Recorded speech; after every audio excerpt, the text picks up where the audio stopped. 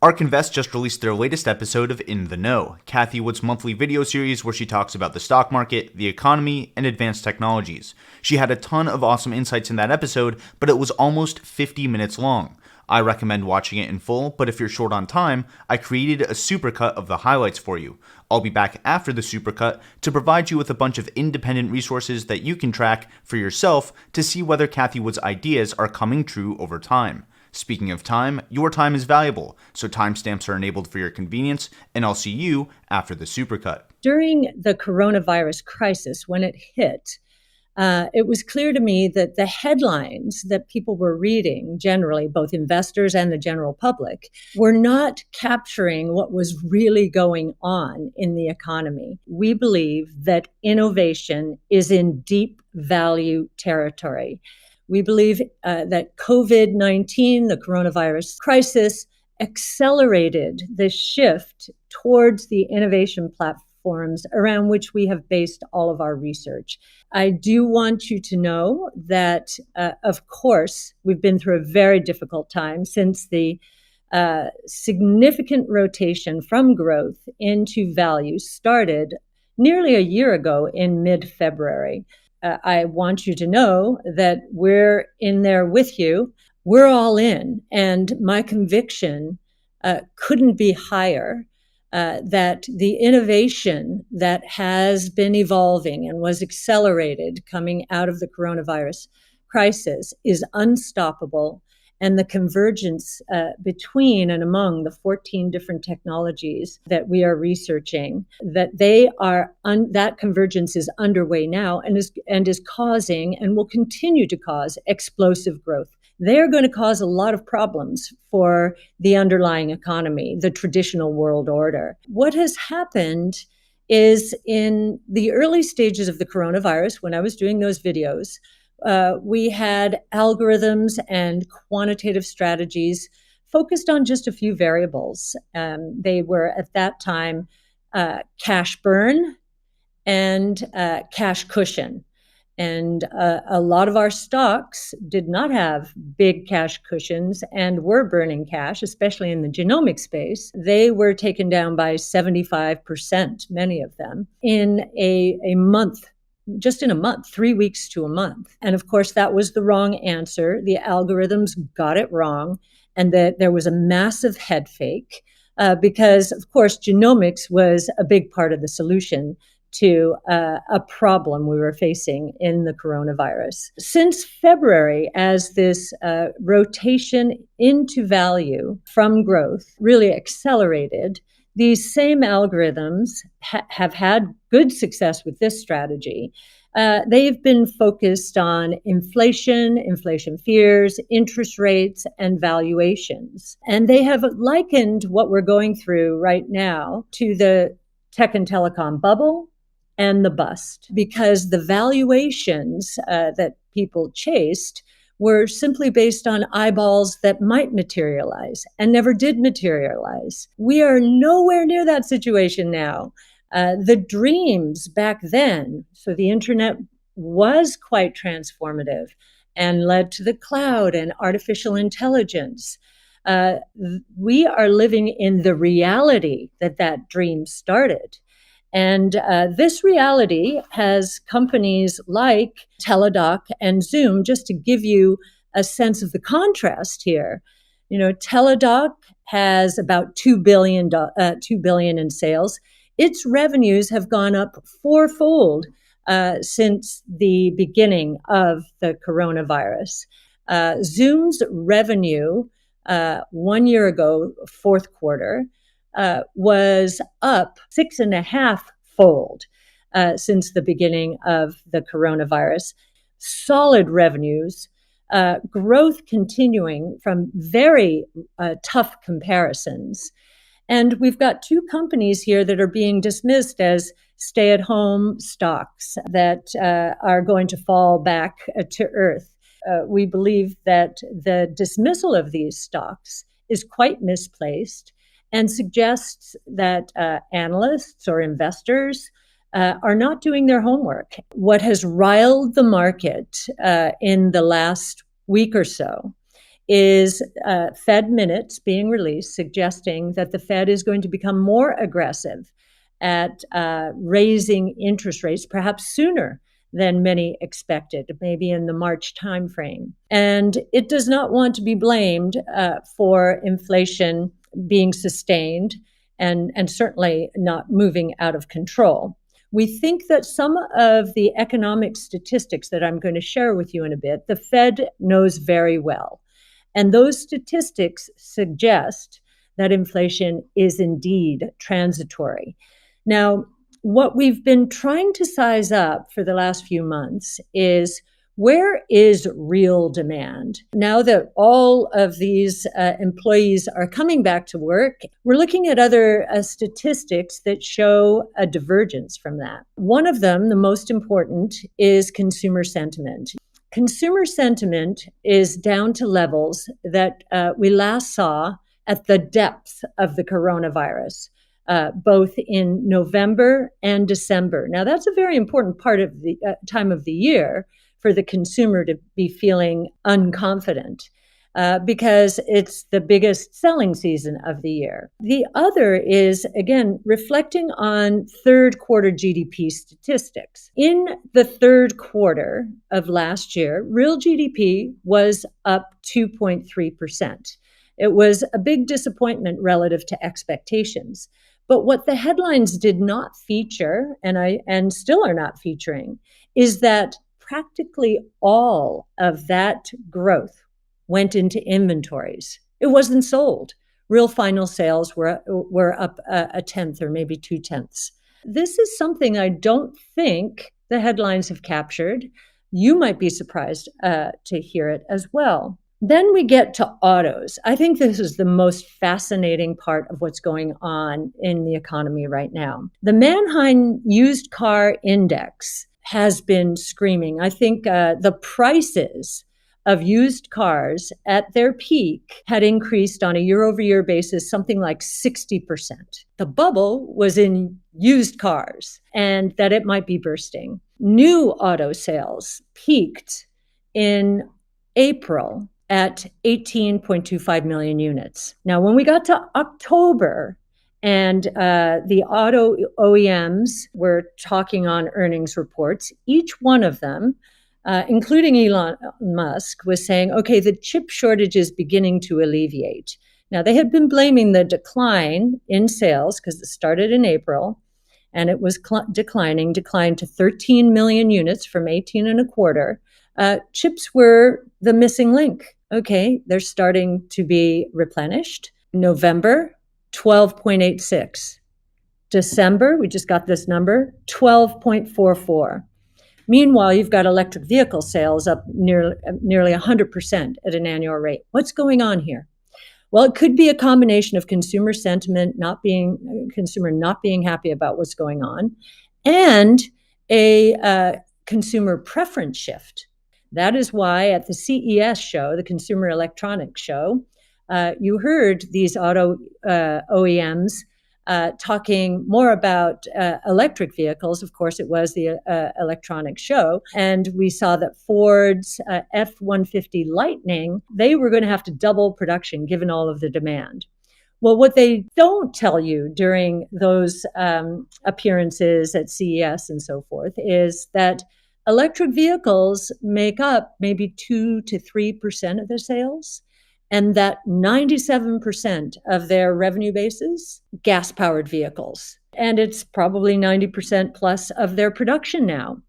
If there is the combination of the consumer turning off, not wanting to spend as much money, certainly not on big ticket items, and a preference shift, if they're going to spend on electric, then these OEMs have an issue. We think we're going to hear more about it in the quarterly reports.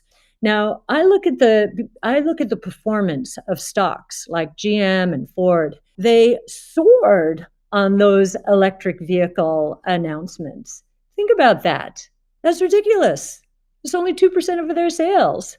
And what if the other 98% or so forth are on their way out as the consumer preference shifts toward electric? they have problems. Now on to market signals. The rotation is still towards value. It is hurting growth. We think it's long in the tooth. We think it's going to end, but it hasn't ended yet. In the crypto market, we're seeing a correction.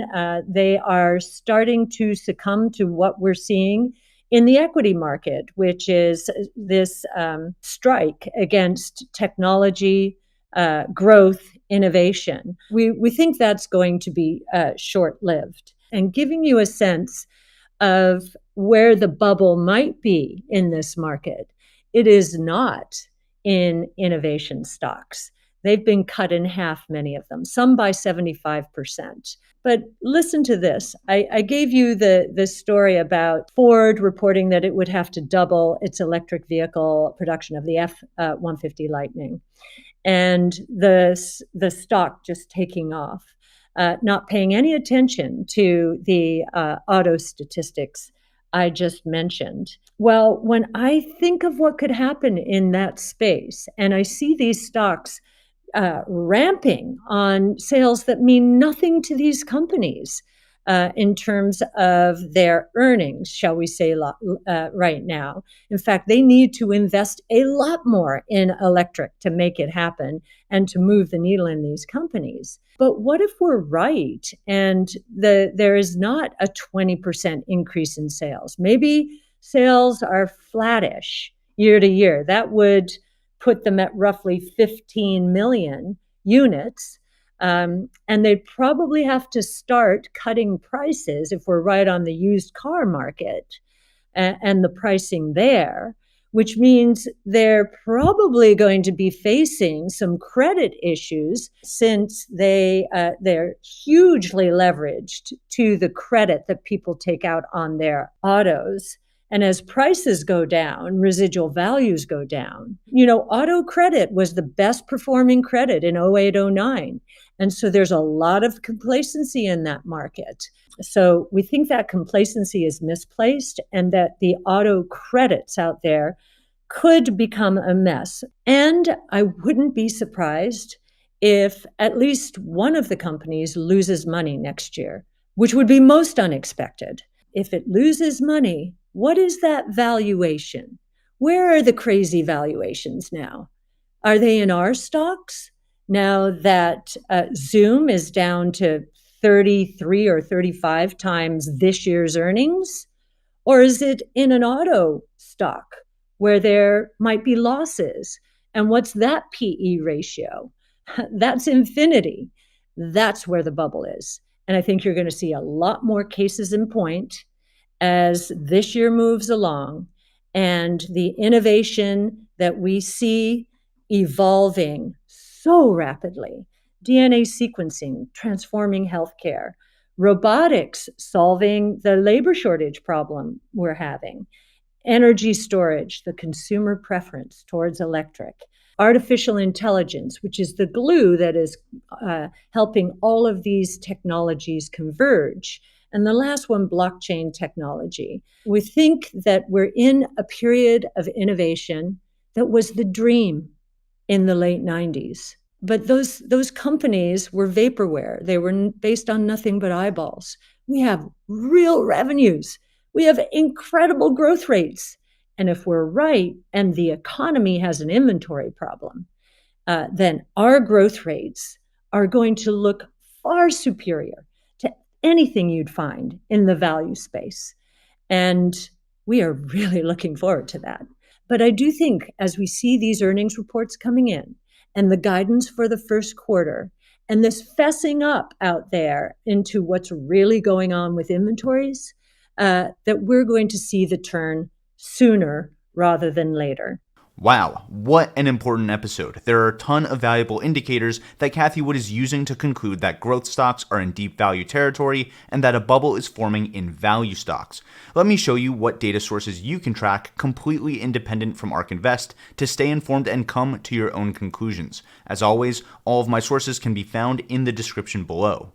Cathie Wood mentioned that one of the most important indicators is consumer sentiment, especially around the holidays when people tend to spend a lot more money on goods. One great place to track consumer sentiment is through the University of Michigan's surveys of consumers. Consumer sentiment and expectations in December are all down by large amounts year over year, which means people are doing less shopping. Consumer sentiment is a leading indicator for demand. When demand falls, prices of supply should fall to meet it over time.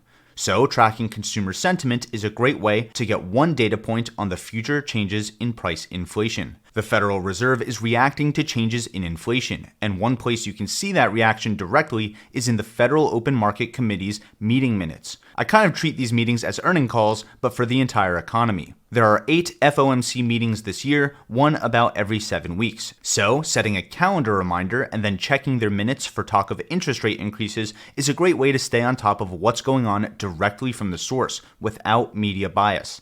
As of their December 15th meeting, the expectation for the first increase in the federal funds rate moved from the first quarter of 2023 to June of 2022, meaning they're thinking about raising interest rates about 9 months sooner than was expected by the market before that meeting. The Federal Reserve is reacting to changes in the Consumer Price Index, or CPI, so keeping track of that is a great way to anticipate what the Fed might say and do in the future. The best source for the CPI is the U.S. Bureau of Labor Statistics. Their website shows the CPI broken down by different categories of goods and services. When Cathie Wood talks about the prices of certain items forming a bubble, you can see them for yourself here. For example, here's inflation for all items in November at 6.8%, like everyone's been saying. Now check out how high inflation was for new vehicles, where Cathie Wood said that the bubble is forming. 11.1% inflation on new vehicles. Now check out the inflation of gasoline. Talk about a volatile asset, no pun intended.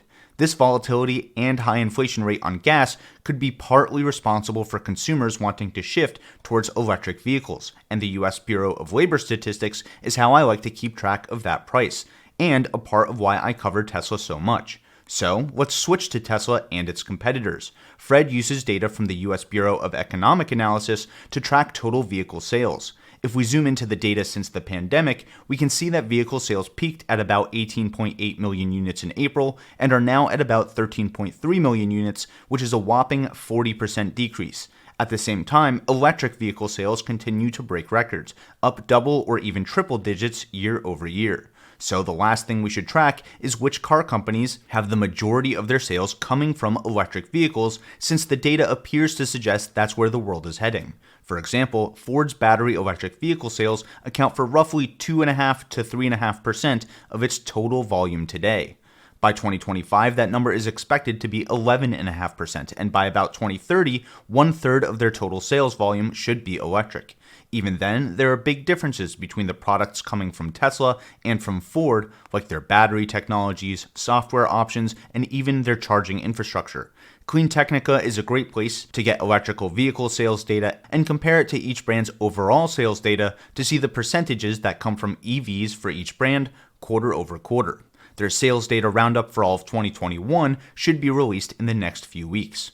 Hopefully this supercut helped you catch up on ARK Invest's latest episode of In the Know with Cathie Wood, as well as provided some independent resources for you to track to stay ahead of the game. My goal with these supercuts is to add value by saving you time and gathering all of the relevant resources in one place, and I'll save my own opinions and commentary for a separate episode. If you find that valuable as an investor, let me know by liking this video and subscribing to the channel with all notifications turned on. That's a great way to invest in the channel that invests in you. So, stay long, stay strong, and thanks for watching. Until next time, this is ticker symbol U. My name is Alex, reminding you that the best investment you can make is in you.